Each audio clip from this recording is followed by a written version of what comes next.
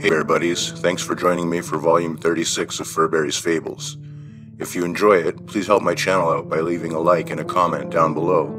And if you're new here, please consider subscribing. I currently have a sub-goal going on and I'm trying to reach 200 subscribers by Halloween. Today's story is I Used to Sleep Under My Bed as a Kid by Darkheroxx. Around the summer of 1994, my dad and I moved from our cozy home in Tennessee to Louisiana. My mother had passed away earlier the past year. My dad thought it would be good to get a fresh start somewhere, so he got a new job and put me into a new school. Though I wasn't thrilled about leaving my friends and family behind, it was really for the best. We didn't take the loss very well, but we tried to move on with our lives for her. My dad tried to support us. I know it must have been hard being a single parent to a 10-year-old daughter, but he really tried. He was hit so hard financially that we had to sell everything. He mourned so deeply he couldn't go to work and eventually lost his job. I tried to be there for my dad, but he never made it seem like things were that bad. He still tried to give me everything while he had the bare minimum. A couple of months later, my dad's cousin had offered him work at a shipyard in Louisiana, and the rest was history. We packed up what little we had and made our way towards a new beginning. We stayed with his cousin for a month or so until my dad finally found a place that he could afford, which I was so thankful for. I loved my dad's family, but his cousin had 4 boys, and it was just so crowded. I was so excited for us to have our own space together, just me and him. I would be lying if I didn't say I wasn't just a bit disappointed. It was nothing like our old home, but beggars can't be choosers. It was in the middle of nowhere, a small 2-bedroom, 1-bathroom shack with faded white paint on old wood with broken maroon shutters on cracked windows. Our new home was surrounded by dead grass. Our only neighbors were acres away, and the town was almost a 45-minute drive away. My dad guaranteed this place was a real steal, though I wondered who would have wanted to steal this in the first place. Before entering our new home, my dad insisted on covering my eyes. He giggled as he yelled, "Surprise!" as our footsteps creaked onto the wooden flooring. It was quite a surprise indeed. Before us was an old floral-patterned couch in front of a dusty television set. In the corner, a dirty kitchen and a small hallway leading to 2 bedrooms and a bathroom. It wasn't perfect, but again, I was mostly excited to be there with my dad. There wasn't much to explore, so I unpacked my things into my new bedroom. My feet sank into the musty beige carpet as I entered the bedroom. It was odd to me that there was still furniture in here. In my room, there was a small black dresser vanity, a brown door to an empty closet with a metal chain hanging down from a light fixture, and a tall brown wooden framed bed. After unpacking a bit, I climbed onto the bed. It was white sheets with dark red blankets. My body sunk into the mattress. It was surprisingly comfy, as the fatigue from another move washed over me. I rolled around onto the other side of the bed. I was caught off guard by a deep dip that was on the right side of the mattress that was near the window. I jumped off and ran my hands over the bed. It was completely flat. My dad shouted from the kitchen to call me over for dinner, breaking me from my confusion. The rest of the night went along normally. We had our dinner, cleaned up, talked a bit, remembered Mom, and got ready for bed. I asked my dad where all the furniture came from, and he told me that everything was left by the people before us. He raved at how everything was in such good condition, he couldn't part with any of it. That night it was so hard for me to sleep. The room was incredibly cold, and I shivered under the blanket. At some point I eventually fell asleep, but awoke curled into a ball near the end of the bed towards the door. I shuffled backwards from my position until my back touched something solid. I was completely frozen at that point. I didn't know who or what my back was touching in my bed, but I was too afraid to turn around. I could feel them move as they breathed in and out, haggard breaths. At first I had a moment of relief as I thought it was probably my dad, but my dad would never get into bed with me like that unless I had asked him, and he was snoring loudly in his own bedroom. I didn't know what else to do but scream for my dad. He came rushing in, and I sobbed when I saw him. "Someone's in my bed! Someone's in my bed!" I screamed at the top of my lungs. I jumped onto the floor and looked at the bed, completely empty. My dad looked at me, tired and confused. "There's no one here, baby girl. Are you okay? You having a bad dream?" I looked at him. He was confused as I was shocked. I didn't know what else to do, but I asked if I could sleep in his room. He was completely taken aback, but it was late, so he reluctantly agreed.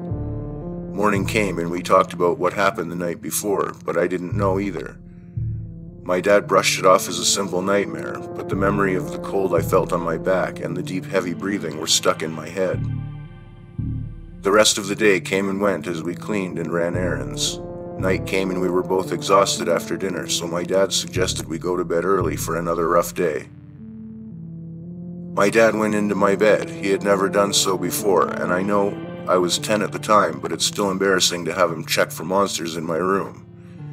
He assured me that everything was clear and kissed my forehead, wishing me to have good dreams.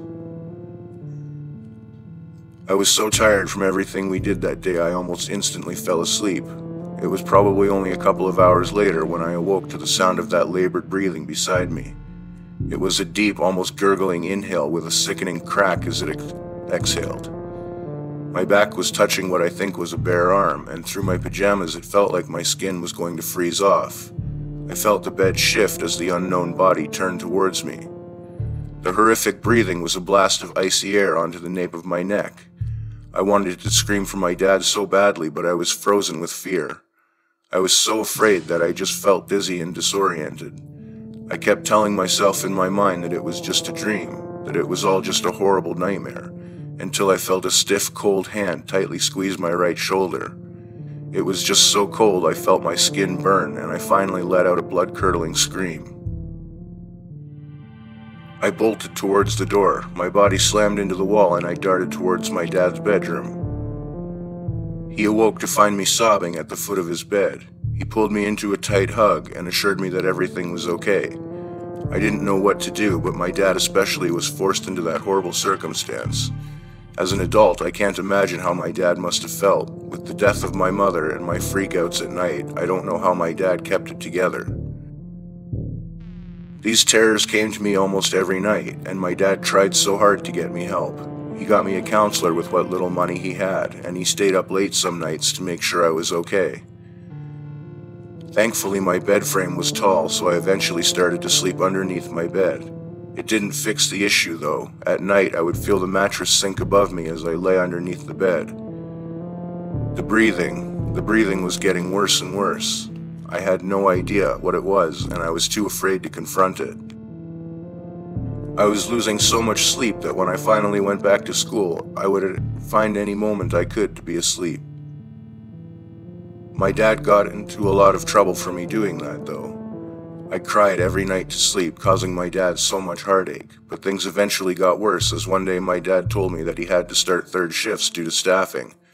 That meant for at least a month or so, my nights would be spent alone at home.